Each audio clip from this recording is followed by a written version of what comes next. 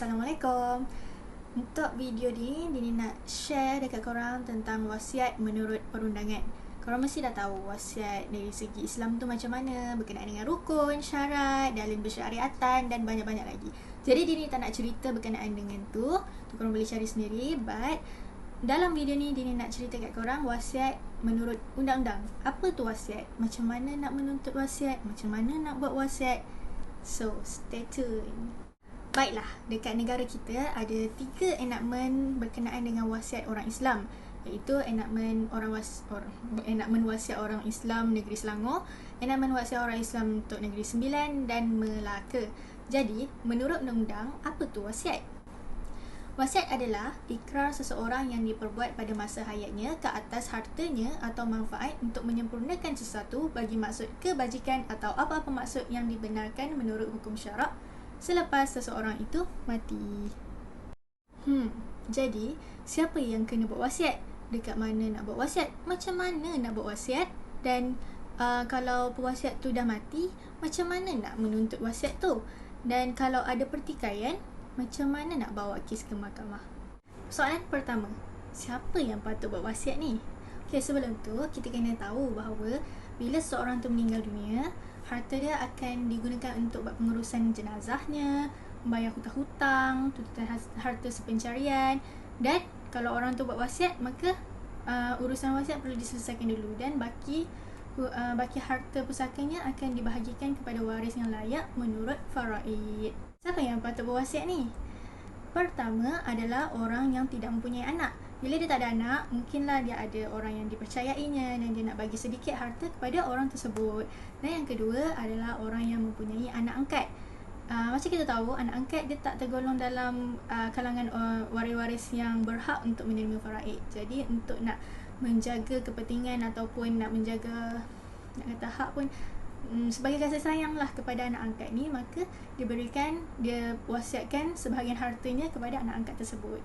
Yang ketiga adalah sekiranya seorang tu mempunyai anak yang bawah umur 18 tahun dan dia melantik wasi ataupun pentadbir harta untuk nak menguruskan harta anaknya sehinggalah anaknya capai umur 18 tahun tu. Dan yang terakhir adalah seorang yang dia nak buat wasiat kepada ahli keluarganya yang susah, yang tidak tergolong dalam golongan orang yang layak untuk mendapatkan harta pusaka melalui faraid. Jadi itulah yang sebaiknya dalam berwasiat. Kalau dalam hukumnya, sunnah dapat pahala kerana bantu ahli keluarga. Yang kedua, dekat mana seseorang tu boleh buat wasiat? Pertama, korang boleh pergi ke agensi ataupun syarikat amanah macam As-Salihin Trustee ataupun Wasiah Shopee. Yang kedua, korang boleh pergi ke Majlis Agama Islam negeri masing-masing. Contoh dekat negeri Selangor, Johor, Melaka dan sebagainya. Boleh search dekat Google berkenaan dengan wasiat dekat laman web portal Majlis Agama Islam negeri masing-masing lah. Dan ada dikenakan fee tertentu. Jadi, bila seseorang tu dah buat wasiat, contohnya dekat MAIS, kemudian sampai masa ni dia dah meninggal dunia, dan ahli waris ni dah tahu yang si mati ni ada buat wasiat dekat MAIS. Jadi, apa yang waris tu boleh buat? Pertama, waris hendaklah menghubungi MAIS dan bagi tahulah, maklumkan yang si mati ni dah mati dan bawakan sijil mati untuk sebagai buktilah yang si mati ni dah mati. Kemudian apa yang MAIS buat? Pegawai MAIS akan buat penyelidikan berkenaan dengan waris-waris ataupun orang yang berhak menerima, orang yang berkaitan lah yang menerima wasiat ni. Dan waris tak payah buat apa pun. Pegawai MAIS ni dah dilantik sebagai pentadbir harta pusaka, pentadbir harta pusaka si mati ni, maka mereka lah yang uruskan tentang geran probate dan sebagainya. Baiklah, katakanlah bila dah buat bacaan wasiat tu semua dan ada contohnya si mati tu ada tinggalkan anak angkat dan dia telah mewasiatkan 1/3 hartanya kepada anak angkat ni. Jadi tiba-tiba ada waris yang tak puas hati. Apa yang waris tu boleh buat? Okey, kalau contoh lain pula, kalau si mati tu dia tak buat wasiat dekat MAIS ataupun apa-apa syarikat amanah, dia yang ada hanyalah dia tulis satu wasiat atas kertas dan dia documentedkan dia. Maksudnya dia bagi dekat dalam kertas tu, dia bertulis, okey, lepas aku mati ni aku nak bagi harta aku ni dekat anak angkat aku, contohnya. Kemudian lepas dia mati, surat tu ditemui ataupun memang ataupun anak angkat tu yang tahu kan. Drama pula kan. Okey, pendek cerita, ada pertikaian yang berlaku berkenaan dengan kesahan wasiat tu. Apa yang waris boleh buat?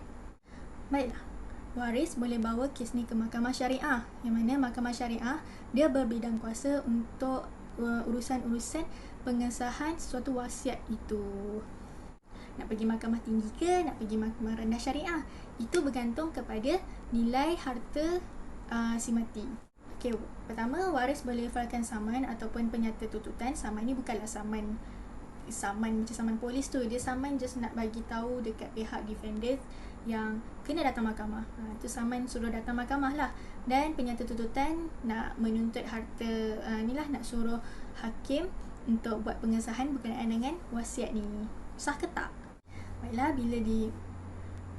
bila waris tu dah datang kat mahkamah, dia sebagai plaintiff ataupun orang yang menuntut, dan anak angkat tu sebagai defendant, maka plaintiff lah yang kena bawa bukti tu, ataupun dia yang nak tahu kan sama ada wasiat surat wasiat tu sah ke tak kan. Jadi dia kena bawa ke mahkamah. Jadi hakim dia akan tengok sama ada wasiat tu, dokumen tu betul ke si mati yang tulis. Kemudian kalau ada saksi, bawa. Tu mungkin di pihak defendant lah nak mengatakan, mungkin defendant tahu yang si mati tu tuliskan wasiat kepada dia. Jadi bawakan saksi yang mengatakan surat tu betul-betul si mati yang buat. Kemudian hakim akan tengok rukun dan syaratnya, dan dari segi harta tu betul ke di bawah kadar 1/3. Kalau dia lebih kadar 1/3, ahli waris setuju ke tak nak bagi nak benarkan lebih daripada kadar 1/3 tu kepada anak angkat dan sebagainya. Kalau rukun dan syarat wasiat tu dipenuhi, maka kiranya wasiat tu sah lah.